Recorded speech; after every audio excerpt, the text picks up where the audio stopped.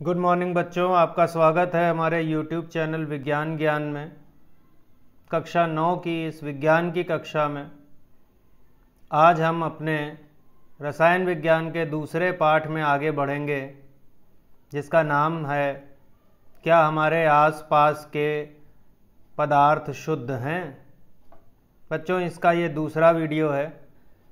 इससे पहले के वीडियो में हम लोगों ने यह सीखा था कि तत्व क्या होता है और मिश्रण कैसे बनते हैं।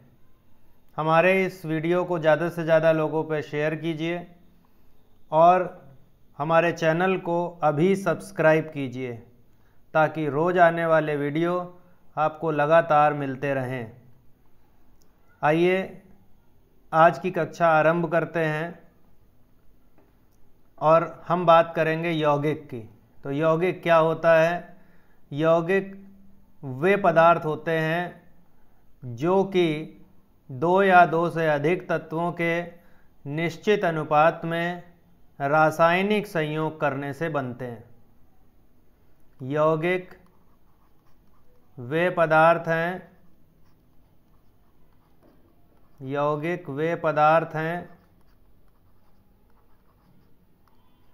जो दो या दो से अधिक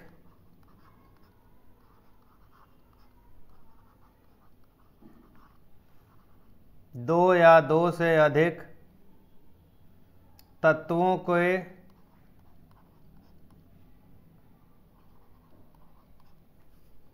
निश्चित अनुपात में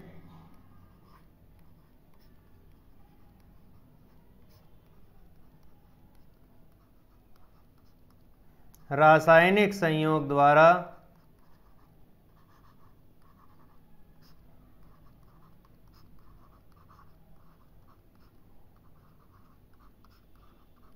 बनते हैं।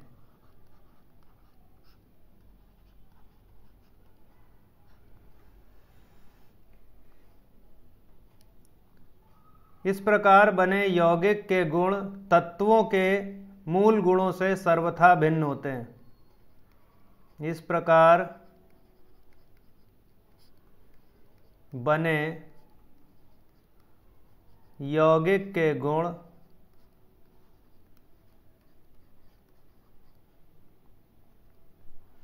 उसमें उपस्थित तत्वों के गुणों से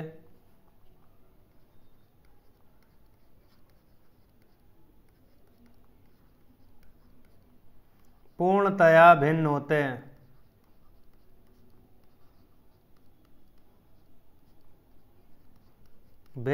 हैं।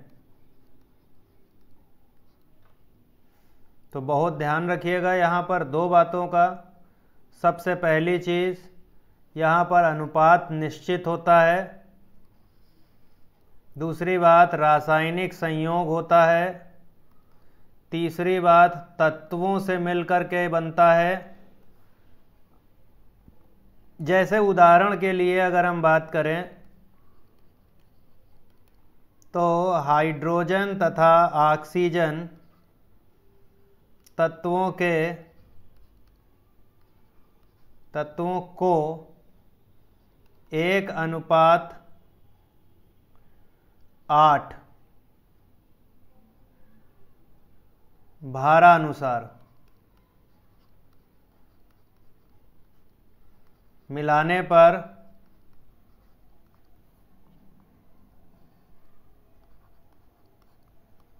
हमें H2O यानी कि जल प्राप्त होता है।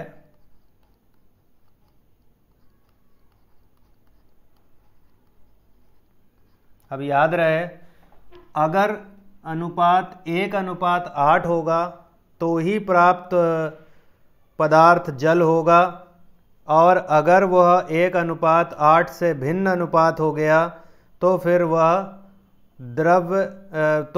पदार्थ फिर जल नहीं होगा। ठीक है, समझ में आ गई बात? इस तरीके से हम लोग और भी पदार्थों के बारे में और भी यौगिकों के बारे में लिख सकते हैं। आइए चलते हैं और अब बात करते हैं कि क्या अंतर होता है यौगिक में और मिश्रण में। तो जहाँ तक बात आती है यौगिक की, तो यौगिक दो या दो से अधिक तत्वों को निश्चित अनुपात में रासायनिक संयोग से बनते हैं। तो यहाँ पर सबसे पहले परिभाषा ही लिख देते हैं, ये दो या दो से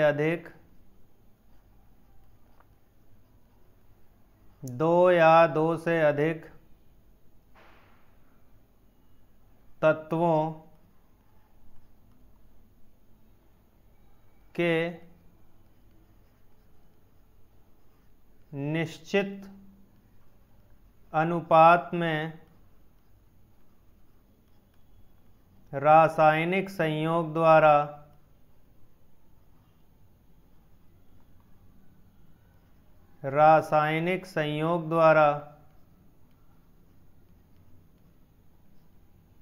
बनते हैं।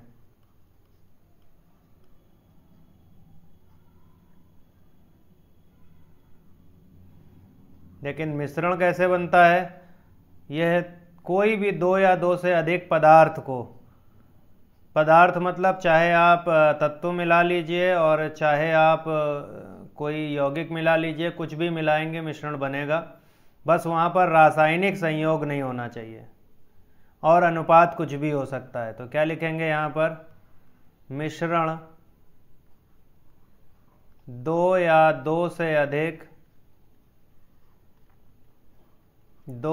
दो से अधिक पदार्थों को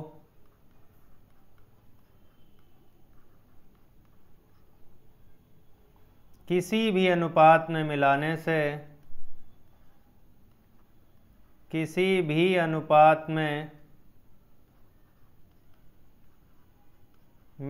से बनते हैं।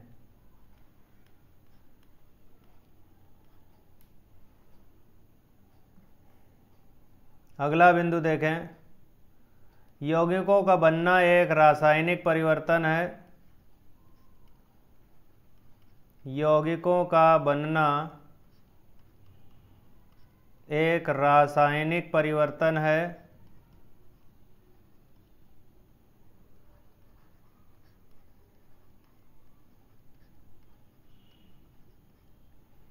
नंबर 2, मिश्रण का बनना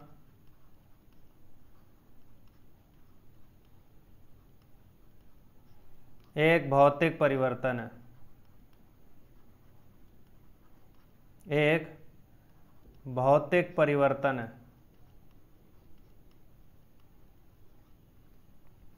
इसी के साथ ये भी बात है कि जब कभी भी यौगिक को बनाया जाता है तो उन तत्वों को वापस बहुत आसानी से प्राप्त नहीं किया जा सकता, जबकि मिश्रण में पृथक्करण बहुत आसानी से संभव है।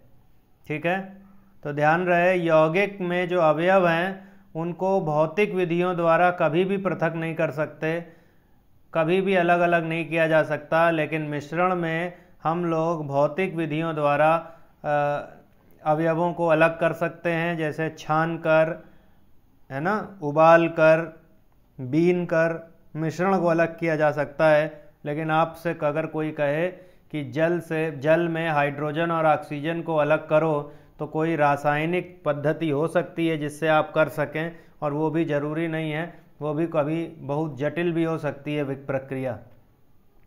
तो ध्यान रहे, यौगिक के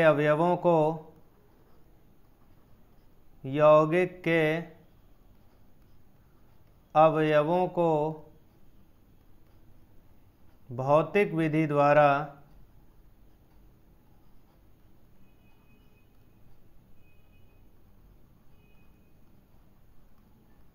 पृथक करना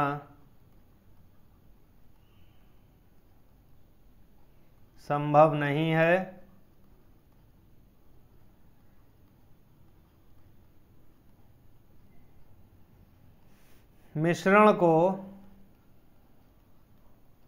मिश्रण के अवयवों को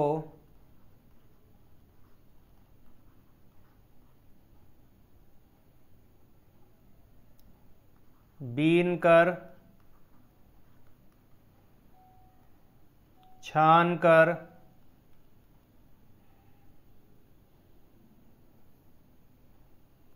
उबाल कर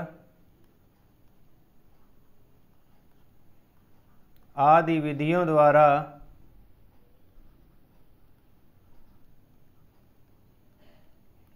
द्वारा अलग अलग किया जा सकता है।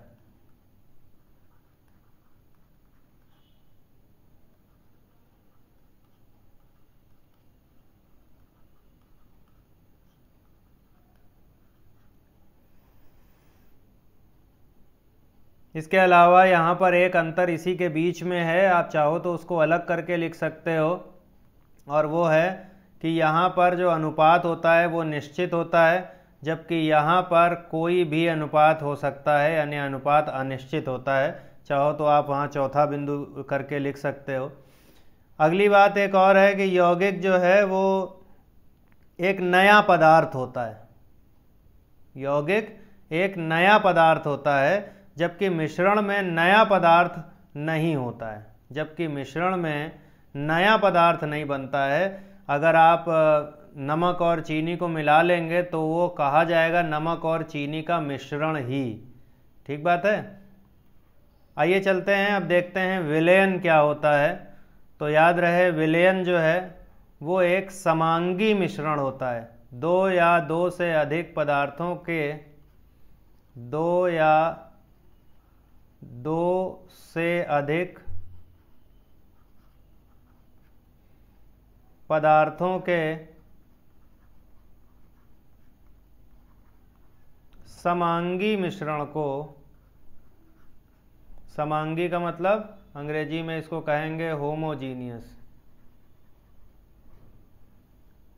समांगी मिश्रण को विलयन कहते हैं।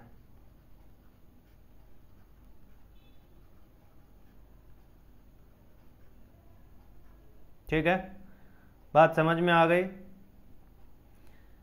एक बात और याद रहे, समांगी होने का मतलब है कि पूरे विलयन में घनत्व जो है वो एक बराबर होगा। ठीक है, जलीय विलयन जितने भी होते हैं वो सब पारदर्शी होते हैं। विलयन के मुख्यतः दो घटक होते हैं।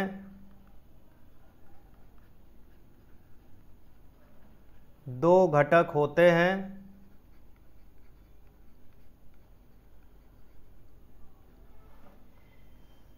इसमें से पहला होता है विलेय और दूसरा होता है विलायक।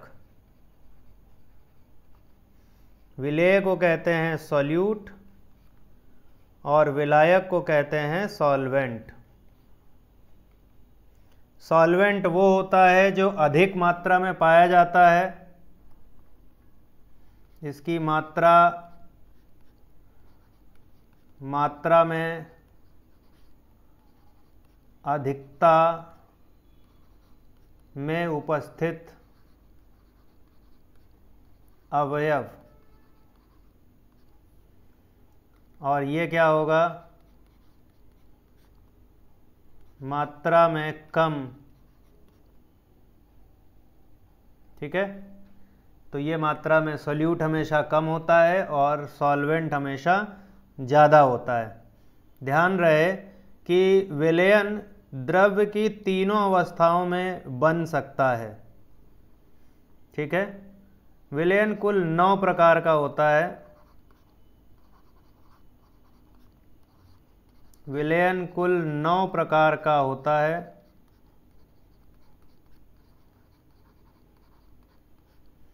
अब आप कहेंगे 9 प्रकार का कैसे होगा? तो एक हो गया विलेय, एक हो गया विलायक। अब विलेय जो है वो 3 प्रकार का हो सकता है। विलेय ठोस हो सकता है, द्रव हो सकता है, गैस हो सकता है। इसी तरीके से विलायक भी ठोस, द्रव और गैस कुछ भी हो सकता है। अगर आप इनको मिलाएंगे बारी बारी से तो ठोस का ठोस के साथ, ठोस का द्रव के साथ, ठोस का गैस के साथ, 3 इसके बन गए। समझ में आ रही है बात? इसी हिसाब से द्रव का ठोस के साथ,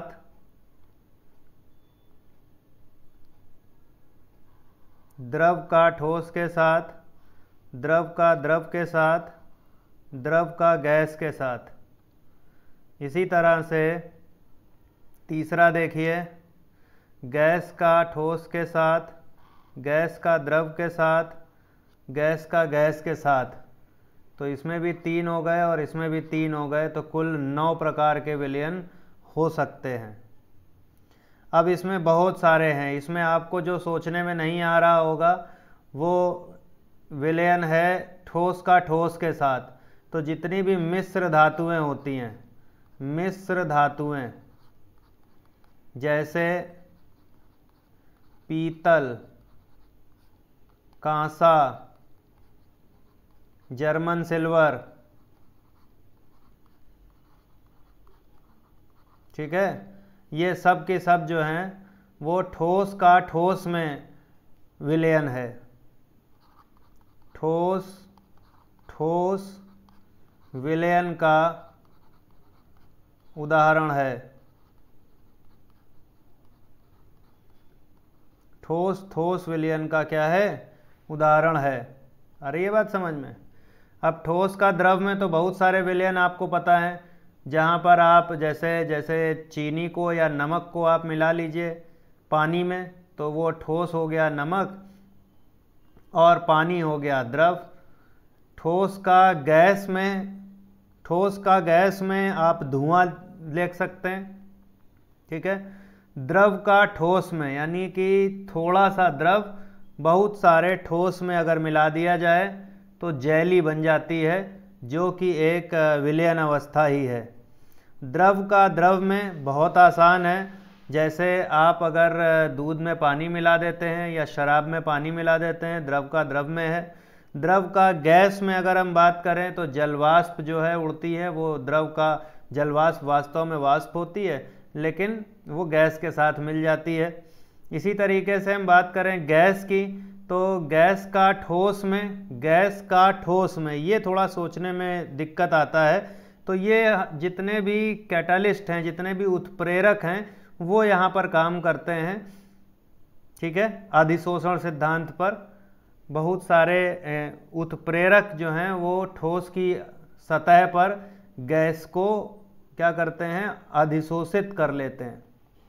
गैस का द्रव में तो सॉफ्ट ड्रिंक जो भी सोडा वाटर हैं वो आ जाते हैं। गैस का गैस में तो बहुत बढ़िया उदाहरण वायु ही है। तो यहाँ पर बाकी सब आपको एकदम क्लियर है और केवल यही 2 दिक्कत कर सकते हैं, एक ठोस का ठोस में और दूसरा गैस का ठोस में। तो गैस का ठोस में हमने आपको बताया कि जैसे हाइड्रोजन गैस है उसको पैलेडियम धातु के ऊपर अधिशोषित कराया जा सकता है, ठीक है। तो अधिशोषण का सिद्धांत यहाँ पर कार्य करता है। आइए अब हम बात करते हैं मिश्रण के पृथक्करण के नियम। तो मिश्रण के पृथक्करण के बहुत सारे यहाँ पर अलग अलग प्रकार हैं, बहुत तरीके से मिश्रण को पृथक किया जा सकता है।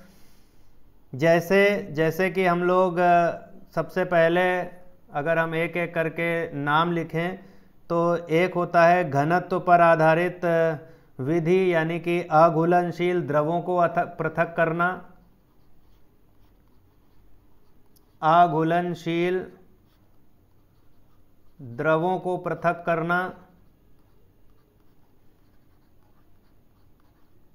घनत्व के आधार पर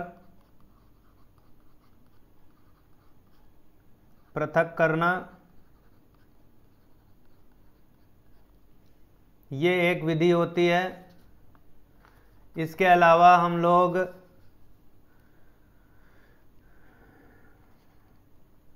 नमक को अमोनियम क्लोराइड से पृथक करना,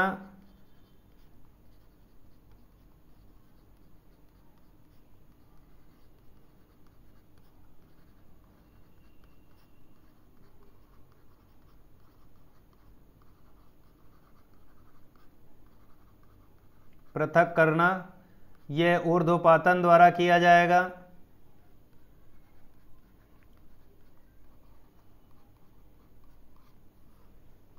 इसके अलावा अगला जो है, दो घुलनशील द्रवों के मिश्रण को पृथक करना।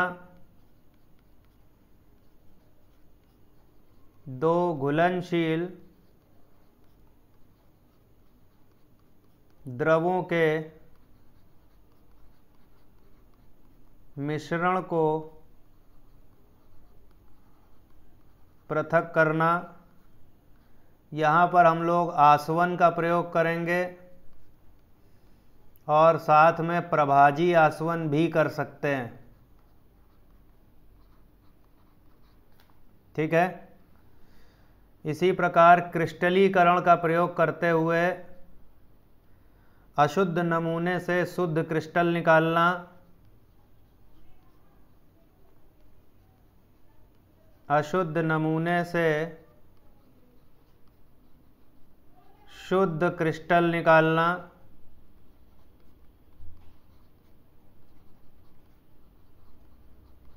यह विधि होती है क्रिस्टलीकरण।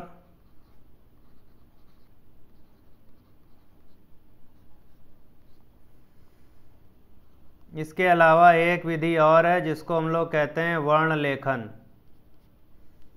तो बच्चों ये 5 विधियां हैं और इन पांचों को हम लोग अगली कक्षा में पढ़ेंगे। आप अपनी पढ़ाई को ध्यान से करते रहिए और बने रहिए हमारे साथ। अगले वीडियो में आपसे मुलाकात होगी। तब तक के लिए अगर आपको कोई प्रश्न पूछना हो तो हमें कमेंट कीजिए और हमारे चैनल को सब्सक्राइब कीजिए।